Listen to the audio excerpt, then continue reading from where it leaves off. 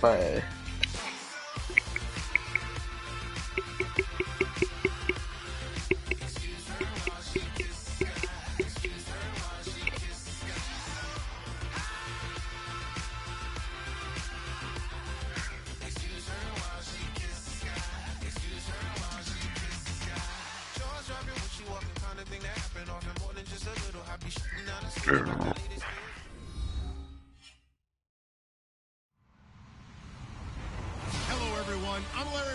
Welcome to the NFL on EA Sports.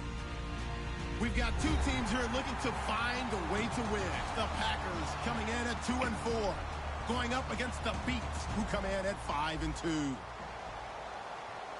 With that, let's get you up to Green Bay, Wisconsin, where we welcome in our commentators, Brandon Godden and Charles Davis. Larry, from one of the truly iconic stadiums in the NFL, there's a look at Lambeau Field here in Green Bay, Wisconsin. Today, we've got a Week 8 matchup on tap here between the Brooklyn Beats and the Green Bay Packers.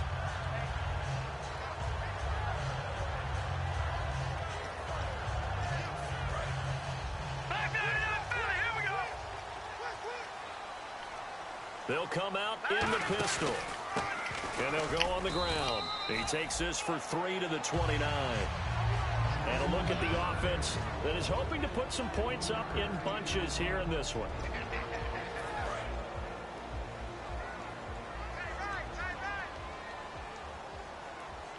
Here we go now. Back to throw here. And he's got Fuller. 4 yards on the completion, and it sets up a third down.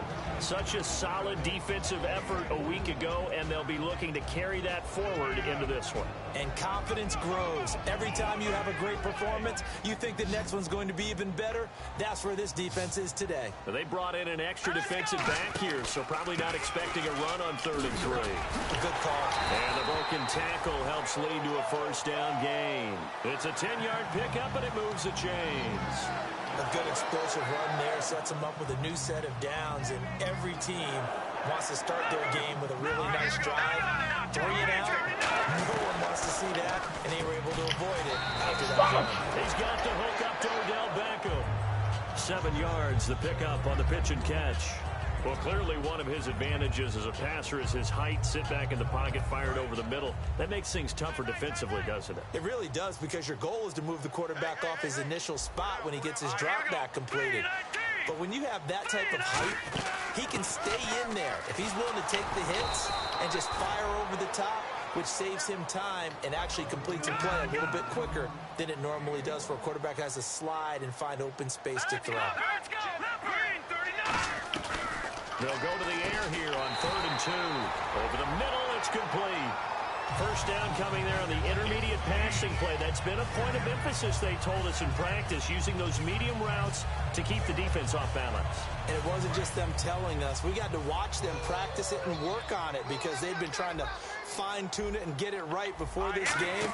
And I think they have to be happy with the result. And he is met at the line of scrimmage, and he goes down right there. No gain on the play. It'll be 2nd down. Crashing in from the end there, not to disrupt the pass game, but to disrupt the run game. Yeah, I love the distinction, too, because the good defensive ends, they can do it all. Set the edge in the run game, make sure that no one can move it that way, and, of course, rush the passer. On that play, use the speed to get there in the run game. Everything about that play tells you about today's NFL offenses and what they're asking out of running backs. You can't just be a guy who can run the football. You have to be able to catch it as well, and he didn't get that done on that play. All right, here we go. Green 39! Green 39! On 3rd down, he'll drop to throw. And he comes back with one complete. They stop him for only 3 that time, and that'll bring up 4th down. And it appears they'll go for it here on 4th down. A big call on the game's opening drive. Green 39! Leopard! Here we go. Detroit! Detroit!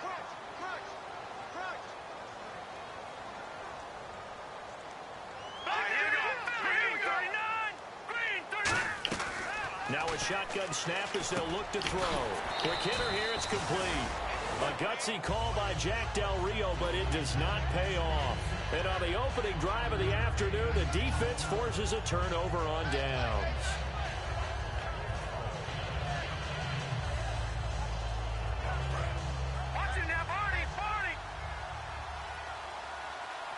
They come up in an offset eye. Now the Georgia Southern man. This is Jerick McKinnon. And able to use his blockers to get this up over the 40. 9 yards is the pickup there, and they'll have a 2nd and 1. First play of the drive, let's give credit all around. Excellent blocking, but the guy carrying the ball, he was the finisher. A really nice run.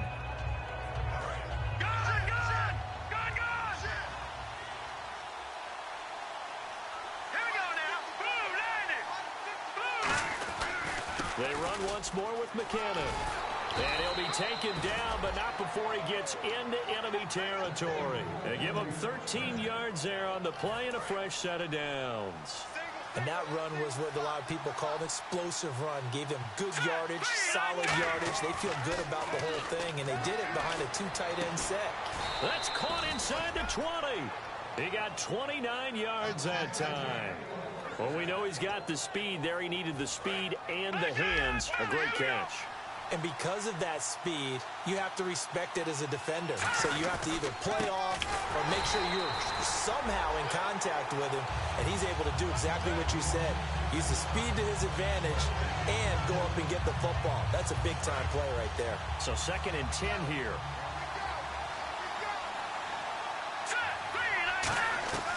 Out of the gun, they'll look to throw. That's going to be caught at the 10-yard line. And snapped a few yards shy of the goal line at the 3. With Charles Davis, I'm Brandon Gaudin. It's Brooklyn football as we get going in quarter number 2. And they've got it here with a first down.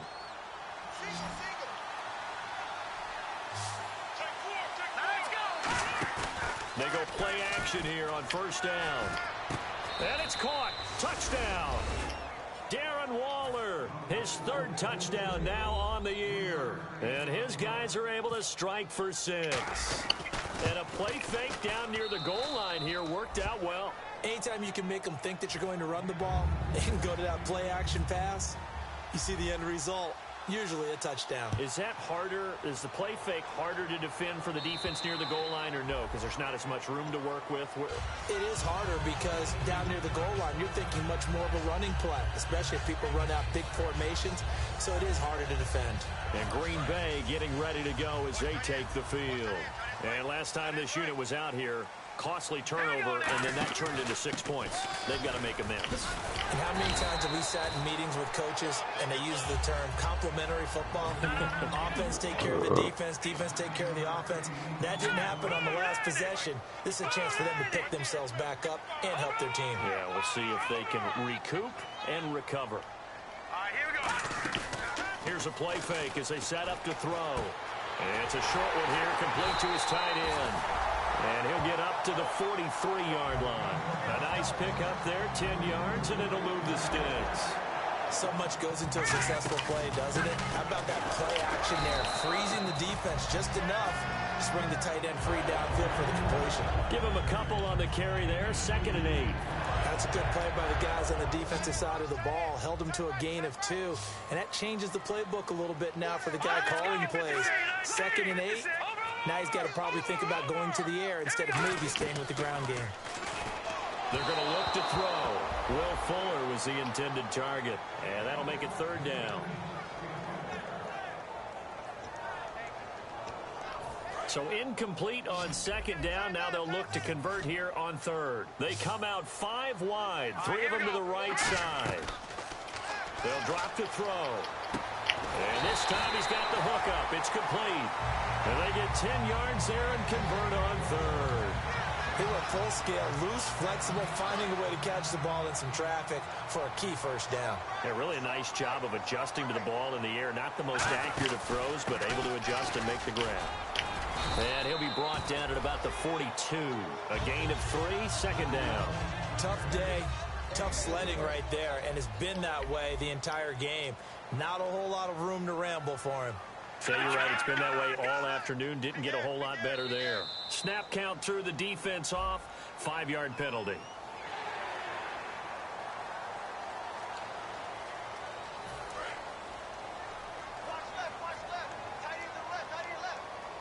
Again, we'll see the pistol here.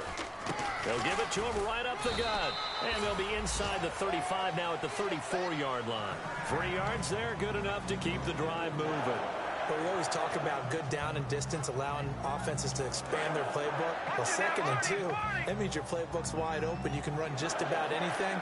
But a lot of times, the play caller, he just looks down at his sheet, sees the short yardage runs, and goes to one of those. Just what you want on a first down run. Call it 8 yards, and it's 2nd and 2.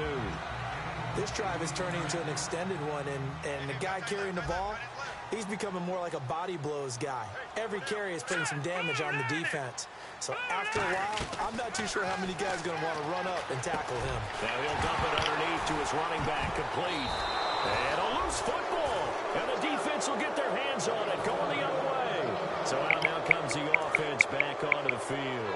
And they were able to punch it in the end zone last time. They'll be looking to do that again here for the defense. Obviously, they'll be looking to stop them from punching it back in the end zone. It always is punch-counter-punch, isn't it? And which team has the advantage? Well, let's just go back. Last time on offense, they rolled downfield, got into a good rhythm. You can see a little more bounce in and out of the huddle. You can see the sideline really get into the game. So defensively, you're thinking to yourself, how do we take that away from them? How do we get the advantage back? Let's see what they come up with. I think pressure is always the first way to go. You love pressure. I love it. We'll see if they dial it up this drive. So the offense lining up 1st and 10. They come up in an empty set. 4 wide receivers, 1 tight end. On first down, he'll drop to throw. And incomplete as he was knocked as he threw it. And it took the ball off course. It's a tried and true formula, and I don't think it'll change for as long as we play football. If someone's trying to throw the ball and you can put pressure on them and make it tough, that's only going to help your defense. Yeah, he's since being hurried. He got rid of it before taking the hit, but incomplete. Here's McKinnon, and he is swallowed up right at the line of scrimmage. Calling no gain on the run there, and now they'll be looking at a 3rd down. Defense has set themselves up nicely. 3rd and 10 now.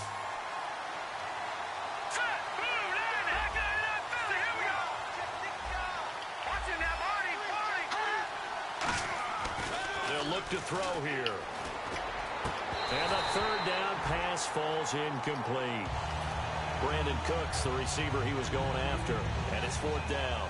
Here's Thomas Morstead on now to punt it away on 4th down.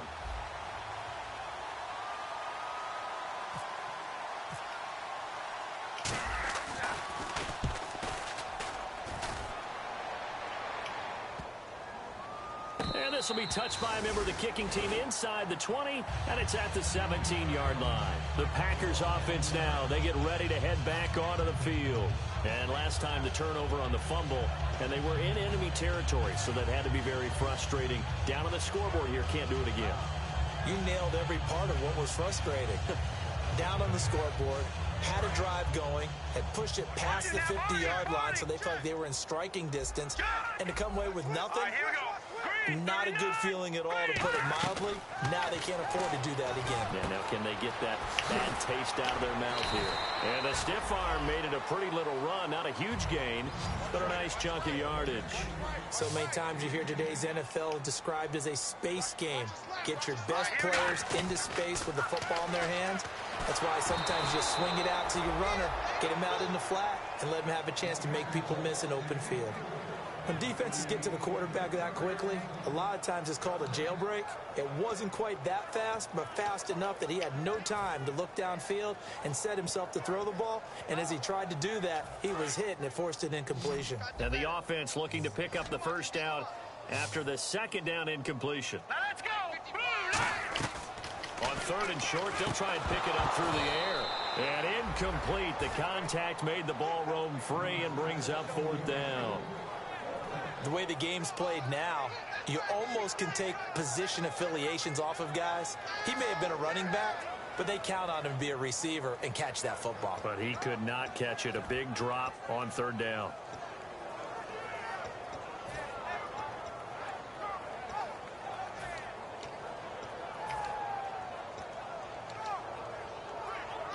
And in their own territory, needing only a few inches, they're going to line up to go for this thing on 4th down.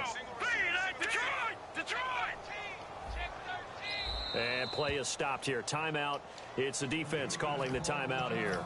It's just their first, so they'll have 2 remaining here before we get to halftime.